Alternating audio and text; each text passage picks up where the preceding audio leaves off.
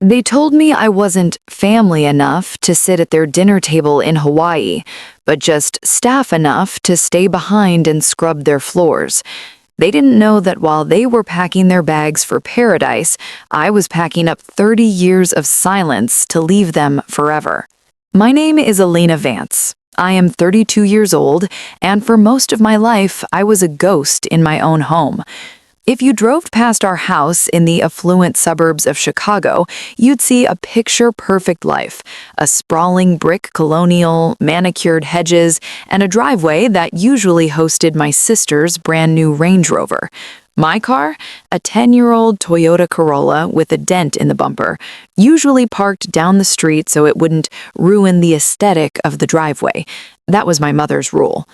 To understand why I walked away from everything I knew, you have to understand the hierarchy of the Vance family. At the top were my parents, Richard and Carol. My father was a retired corporate litigator who treated family dinners like court proceedings. My mother was a socialite whose full-time job was maintaining appearances.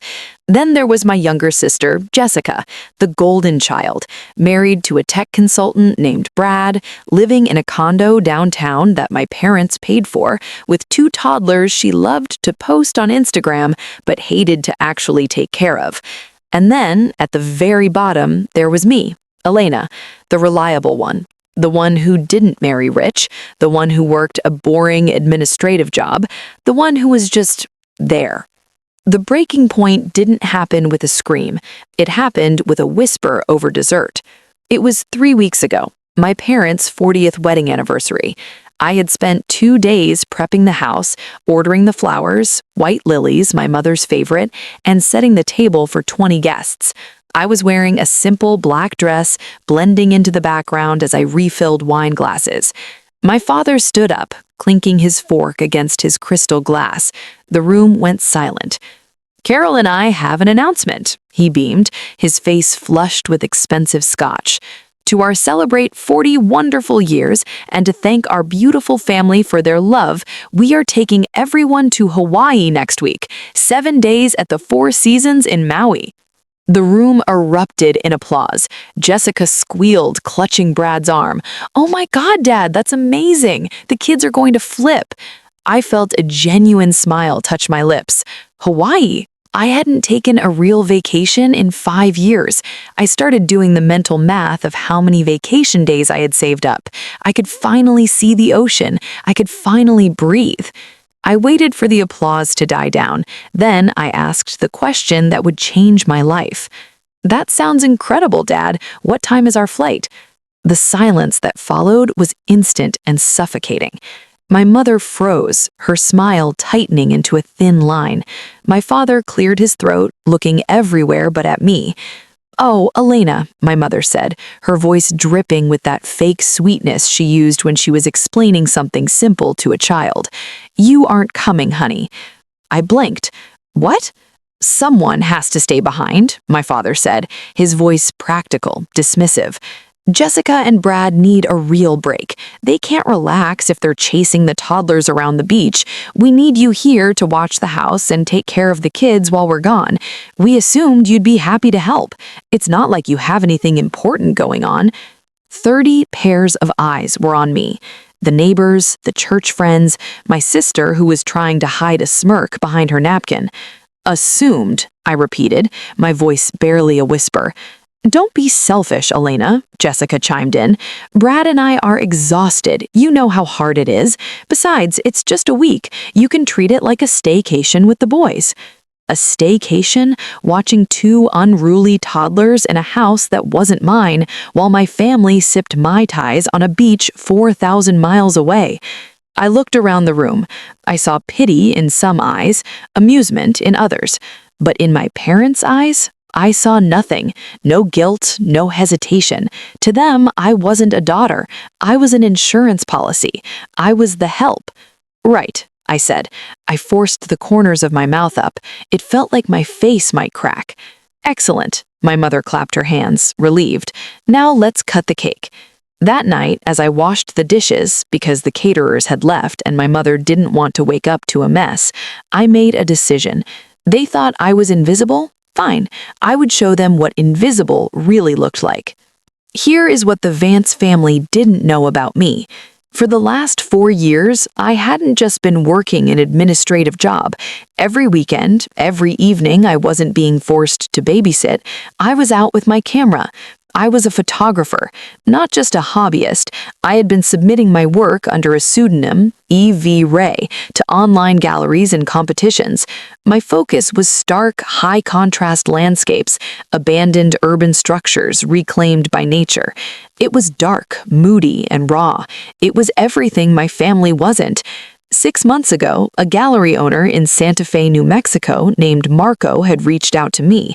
He loved my Urban Decay series. He wanted to give me a solo exhibition.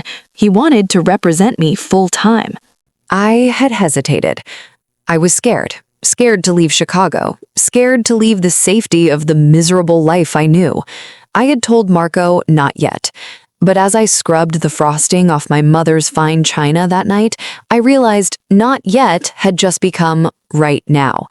I went to my room, pulled out my laptop, and emailed Marco. Subject: I'm ready. Message: if the offer still stands, I can be in Santa Fe in 4 days. His reply came 3 minutes later. The walls are waiting for you, Elena. Come home. The next few days were a masterclass in deception.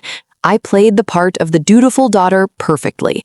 I nodded when Jessica gave me a 3-page list of instructions for her children's dietary restrictions. I smiled when my mother told me to make sure I watered her hydrangeas exactly at 6 a.m. Make sure you stay at our house, Elena, my mother said as they loaded their suitcases into the airport shuttle. It's easier for the boys. You can sleep in the guest room. Just don't use the good towels. Don't worry, Mom, I said, leaning against the doorframe. I'll take care of everything. I watched the shuttle pull away. I watched until it turned the corner, and the moment it was out of sight, the clock started ticking. I didn't go to my parents' house to babysit. I went to my apartment. I packed everything that mattered into my Toyota. My camera gear, my hard drives, my clothes, the few books that brought me joy. I left my furniture. I left the beige rug my mother had bought me because she hated my taste. I left the life they had curated for me. Then I drove to my parents' house one last time. I didn't steal anything. I didn't trash the place. That would have been petty, and I was aiming for something far more permanent than vandalism. I placed a single envelope on the kitchen counter. Inside was the key to my apartment and the key to their house. Next to it, I left a printed list of local nanny services and their hourly rates. At the bottom of the note, I wrote one sentence. You were right. I realized I did have something important going on. Good luck with the boys. Then I got in my car, turned onto I-55 South, and didn't look back. The drive to New Mexico took me 2 days. I ignored my phone. It started buzzing around 6 p.m. that first night, presumably when they landed in Maui and realized no one was sending them updates about the kids. By 8 p.m., the texts were flooding in. Jessica, where are you? The neighbor says the house is dark. Mom, Elena, answer your phone. This isn't funny. Dad, if you aren't at the house in 10 minutes, there will be consequences. I watched the notifications pop up on my dashboard screen as I crossed the Mississippi River. Consequences, I laughed out loud. The only consequence was my freedom. I turned my phone off completely.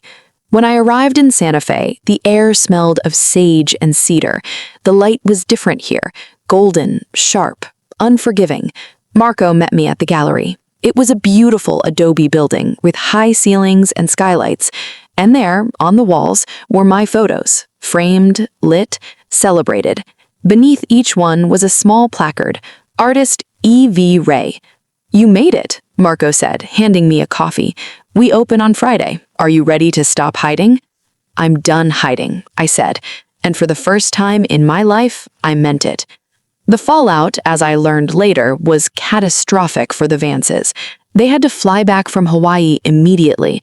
Jessica and Brad had to scramble to find emergency childcare because, surprise, you can't leave 2 toddlers alone in a house. My mother was humiliated because she had to explain to her friends why they were back early. But they didn't just come back to Chicago. They came for me. They hired a private investigator. It wasn't hard to find me. I wasn't hiding anymore. My exhibition was listed online. My name, my real name, was now associated with E.V. Ray in the gallery press release. On the opening night of my exhibition, the gallery was packed. People were drinking champagne, discussing the composition of my shadows, buying pieces for thousands of dollars. I was wearing a crimson dress, a color my mother always said was too loud for me. I felt electric. Then the heavy wooden doors swung open. It wasn't an art lover. It was my father, followed by my mother, looking disheveled in a travel coat, and Jessica, who looked like she wanted to murder someone. The gallery went quiet. My family had that effect on people. They sucked the air out of a room. "Elena!" my mother shrieked. It wasn't a greeting, it was an accusation. Marco stepped forward, protective, but I put a hand on his arm. "It's okay, Marco, I know them." My father marched up to me, his face purple. "What the hell do you think you're doing? We had to cut our trip short. Do you have any idea how much money we lost? How embarrassed we were?" "We were worried sick," my mother added, changing tactics to play the victim. "We thought you were dead, and here you are, playing dress-up?" Jessica pushed past them. "You selfish bitch. My kids were alone for hours until the neighbor called us and warned us. How could you?" "They weren't alone," I said calmly. My voice didn't shake. "I called the neighbor before I left the state to keep an eye on the porch until you figured it out, and I left you a list of professionals." "Professionals?" my father scoffed. "You are our daughter. It is your duty." "No," I corrected him. "It was my role. A role you assigned me without asking, and I resigned." The crowd in the gallery was watching, fascinated. "You're coming home," Dad commanded. He reached out to grab my arm. "Right now. You're going to pack up this nonsense, and you're coming back to apologize to your sister." I looked at his hand. Then I looked at the red dot stickers next to 5 of my photos on the wall. Each red dot meant a sale. In the last 2 hours, I had made more money than I made in a year at my old admin job. "I'm not going anywhere, Dad," I said. I stepped back, out of his reach. "And this nonsense? That piece behind you just sold for $4,500. The one next to it, $6,000. My mother blinked, her eyes darting to the price tags. That's ridiculous. Who would pay for pictures of dirty buildings? People who see the beauty in things you ignore. People who value resilience." "So what? You think you're some big shot now? You're still just Elena. You're nothing without us." I laughed. It was a genuine light sound that startled them. "Jessica," I said, leaning in close, "I was nothing with you. With you, I was the help. I was the backup plan. I was the furniture. Here, I am the artist. I am E.V. Ray, and for the first time in 32 years, I like who I am." I turned to Marco. "Security, please?" My father's jaw dropped. "You wouldn't dare." "I would," I said. "This is a private event for collectors and supporters. You are neither." 2 large security guards stepped forward. They weren't aggressive, just firm. They ushered my protesting, screaming family towards the door. As my mother was being guided out, she turned back, tears streaming down her face, the weapon she always saved for last.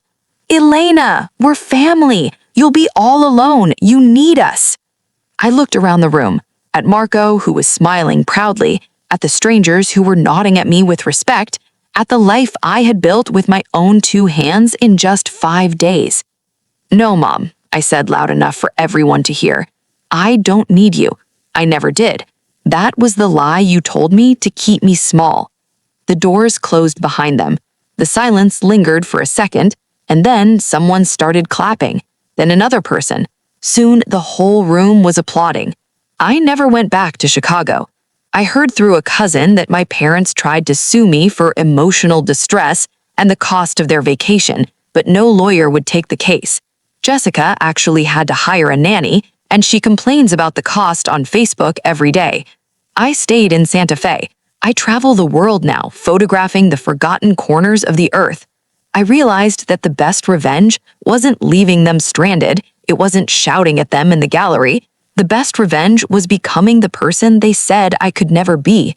The best revenge was being happy, successful, and completely, wonderfully unavailable to solve their problems. My name is Elena Vance. I used to be invisible. Now, the whole world sees me.